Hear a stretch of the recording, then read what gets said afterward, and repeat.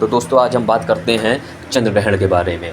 तो इस साल 2025 का सबसे आखिरी चंद्र ग्रहण होने जा रहा है आपका 7 सितंबर को, जो कि पड़ेगा भाद्रपद की पूर्णिमा को। तो ये चंद्र ग्रहण जो है ये आपके इसके कई पौराणिक महत्व भी होते हैं, और अगर हम साइंटिफिकली देखें तो साइंटिफिकली जो है ये एक खगोलीय घटना मात्र है, लेकिन इसका दैनिक जीवन पर, हमारी पृथ्वी पर, कई प्रकार के जीव जंतु, मनुष्य जाति पर, उनकी राशियों पर, उनके आचार विचारों पर इसका खासा असर देखने को मिलता है। तो हम इस विषय पर बात करते हैं। तो दोस्तों चंद्र ग्रहण जो है वो शुरू होने वाला है 7 सितंबर 2025 को। इसका आरंभ होगा 9:57 या 58 के आसपास जो है ये शुरू होगा, और इसका जो समापन है, जो ख़त्म होगा, वो 1:27 या 28 के आसपास जो है इसका समापन होगा।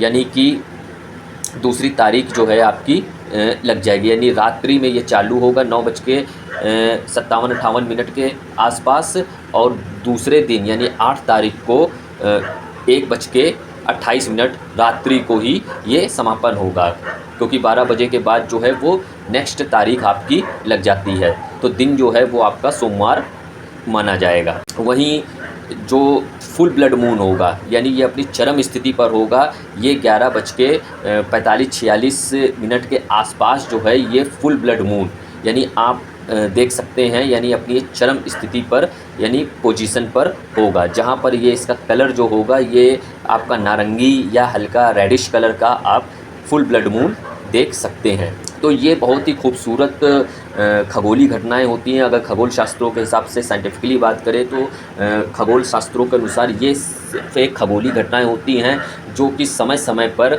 हर देश में, हर जगह पर, ठीक है, ये घटनाएं हुआ करती हैं। यानी सूर्य ग्रहण और चंद्र ग्रहण जो हैं वो हर जगह आपको समय समय पर होते हैं। कभी वो अर्ध चंद्र ग्रहण होता है, कभी पूर्ण चंद्र ग्रहण होता है, कभी बहुत ही मतलब माइनर टाइप के चंद्र ग्रहण होते हैं। तो अब चंद्र ग्रहण के बारे में अगर हम आपको बताएं तो चंद्र ग्रहण दोस्तों सिर्फ ये एक पृथ्वी और चंद्रमा जो रोटेशन होता है तो उसका ये प्रोसेस होता है। यानी सूर्य जो होता है, सूर्य के चारों ओर पृथ्वी जो है वो अपने एक्सिस पे घूम रही है, और पृथ्वी जो है, पृथ्वी के चारों ओर जो है वो चंद्रमा जो है वो रोटेट कर रहा है, यानी उसका पृथ्वी का उपग्रह है।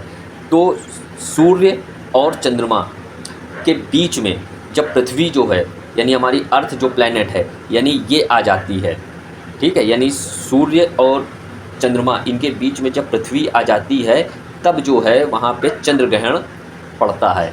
यानी उसका जो प्रतिबिंब है, यानी उसकी छाया जो है वो पड़ती है, तो उसके कारण चंद्रमा पर पड़ती है, जिसके कारण जो है वो चंद्र ग्रहण होता है। यानी पृथ्वी का बीच में आ जाना, यानी चंद्रमा और सूर्य के बीच में पृथ्वी का आ जाना ही चंद्र ग्रहण है। कभी कभी जो है ये अर्ध चंद्र ग्रहण भी होता है, यानी उसका जो कुछ पार्ट ही उसको कवर कर लेता है चंद्रमा को, ठीक है, और कभी कभी जो है पूरी जो है वो एक लीनियर वे में एक लाइन बन जाती है, तो जिसके कारण वो पूर्ण चंद्र ग्रहण, जिसको ब्लड मून कह सकते हैं या फुल मून आप कह सकते हैं, तो ये होता है ल्यूनार इक्लिप्स या चंद्र ग्रहण।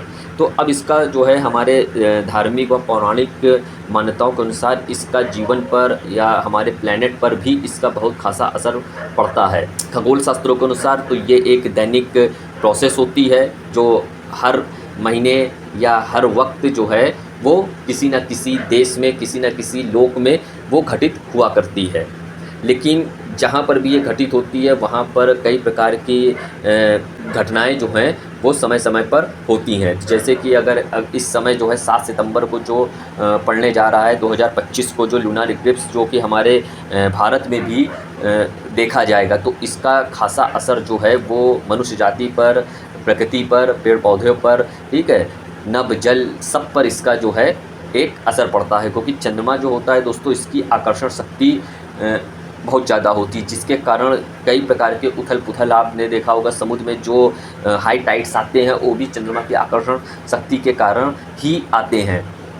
तो ये जो ल्यूनार इक्लिप्स है इसका खासा प्रभाव पड़ने वाला है, ठीक है। तो जैसे कि आप प्रकृति पर भी इसका खासा असर पड़ता है, जैसे भूकंप इत्यादि हो गए, भूकंप की घटनाएं हो गई, ठीक है, हाई टाइड्स हो गए, ठीक है, असामयिक जैसे बादल घटना, जो बादल फटना है, ठीक है, जो बादल फट रहे हैं उसकी घटनाएं आप देख रहे होंगे, ठीक है। तो कई प्रकार के आपके प्राकृतिक घटनाएं होती हैं जिसका जीवन पर, मनुष्य जाति पर, जीव जंतुओं पर भी इसका खासा प्रभाव पड़ता है, वो भी इससे अछूते नहीं हैं। तो इसके कारण जो है कई प्रकार की राशियों पर भी इसका खासा असर पड़ने वाला है, जिसमें कुंभ राशि भी काफ़ी प्रभावित की जा रही है, ठीक है। और राशियों पर भी इसका पॉजिटिव और निगेटिव इफ़ेक्ट दोनों साथ साथ पड़ता है। तो अब हमको क्या करना चाहिए, तो पौराणिक मान्यताओं के अनुसार अगर हम बात करें तो जब भी चंद्र ग्रहण होता है तो उसके पहले जो है वो सूतक काल आरंभ हो जाता है।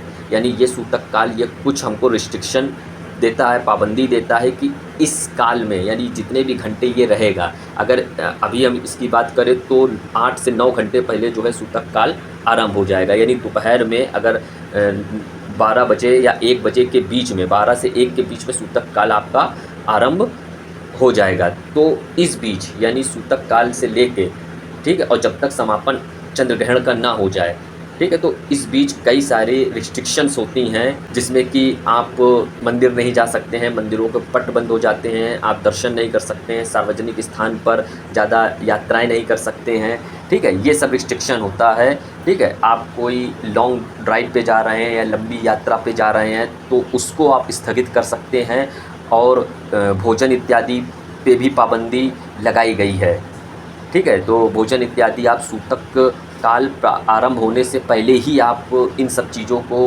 कर लीजिए, ठीक है। जो भोजन इत्यादि है सूतक आरंभ होने से पहले ही कर सकते हैं, और फिर जब सूतक आरंभ हो जाता है तो उसके बाद आप केवल भगवान की स्तुति, ठीक है, भजन इत्यादि ही घर में बैठ के कर सकते हैं। ज़्यादा जो लॉन्ग ड्राइव है या लंबी जर्नी है तो उसको आप अवॉइड कर सकते हैं।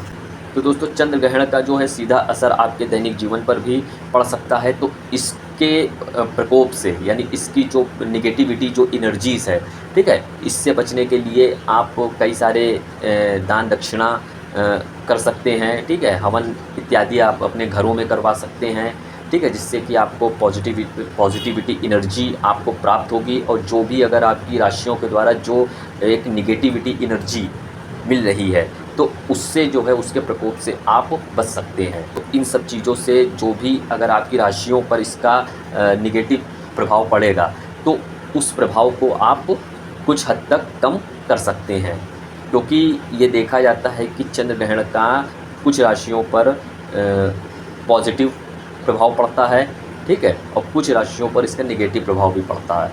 तो चंद्र ग्रहण जो है वो इस साल का जो है वो आखिरी चंद्र ग्रहण होने जा रहा है।